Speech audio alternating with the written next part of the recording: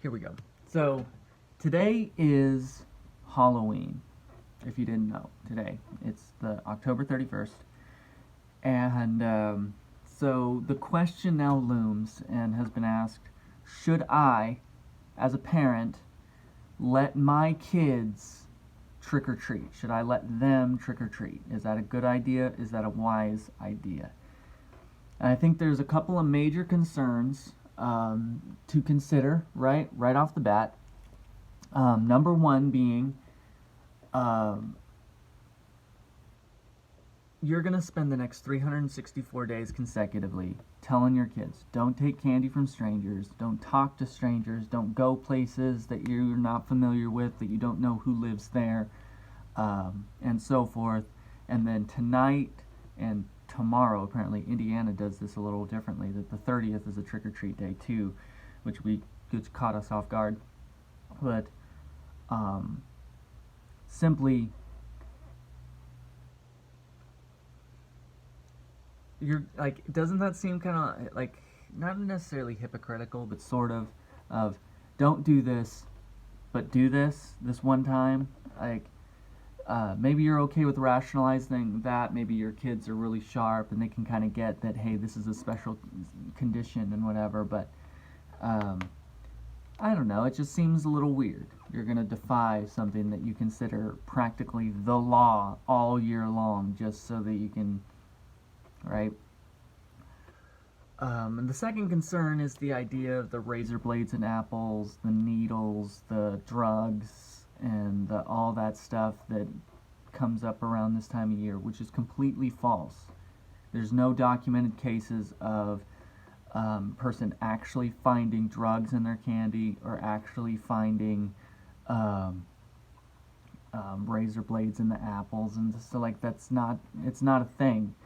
It's a common old wives' tale / ghost story or something that kind of comes around up this time of year because people are afraid of that happening. Because quite honestly, there's an opportunity for that as a reasonable fear.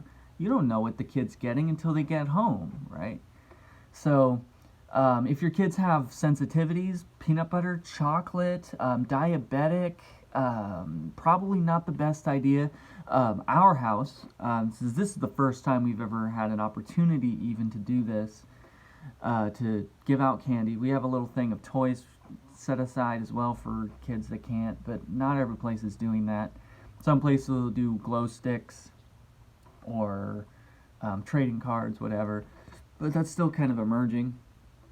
So if your kids have specialty concerns like that, probably not the best idea for them to be out there doing it.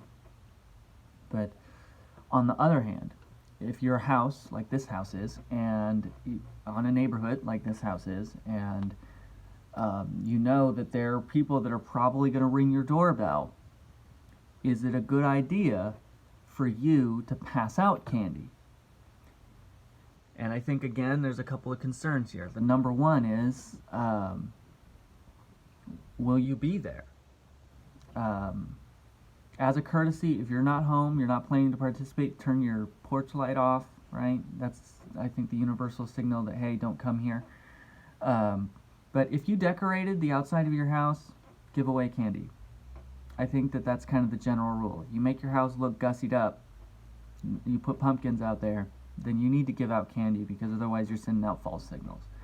But, if you live on a really busy street, maybe not give out candy because it's dangerous for kids to be out in a condition like that.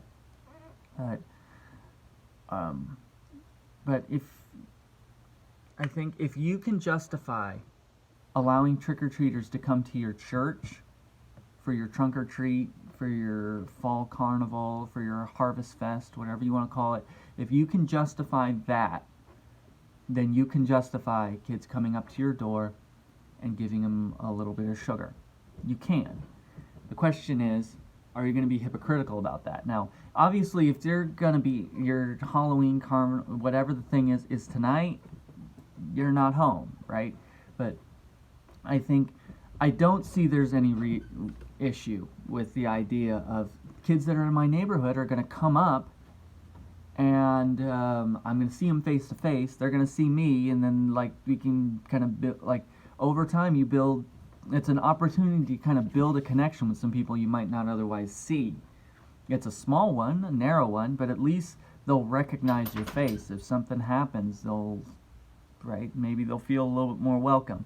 So I think it's an opportunity for you in your neighborhood, at your small group or whatever, to really kind of to be in your neighborhood rather than to outsource evangelism, whatever.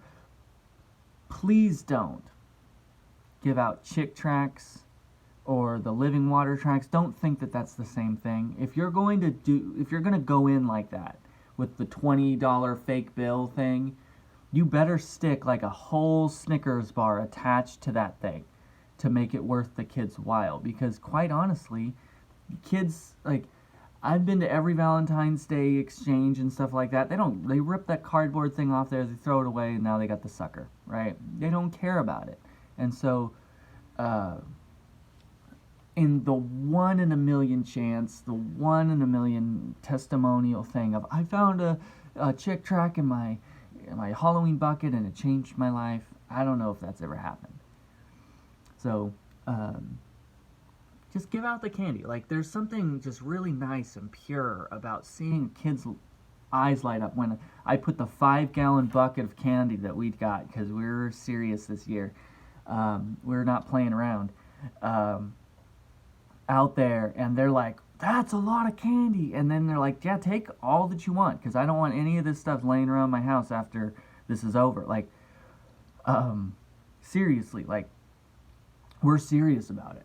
And so, like, you see it light up, and they're so happy, and they're having a good time, and it's just fun. And honestly, I think that there's something about just being able to have some good, clean, just like family fun, which in a communities like and stuff that tends to have more and more adult-oriented stuff, right? Everything's got to have an open bar and dollar off wine coolers and stuff. It's nice to have something where kids can just go around and do something where they're not getting into trouble, they're not breaking anything, they're not like, right? They're just harming, they're doing detrimental or whatever to their health. That's it. So give them the candy, and for the kids that can't have candy, give them some toys, like some whatever it is, and have a happy Halloween, for goodness sake.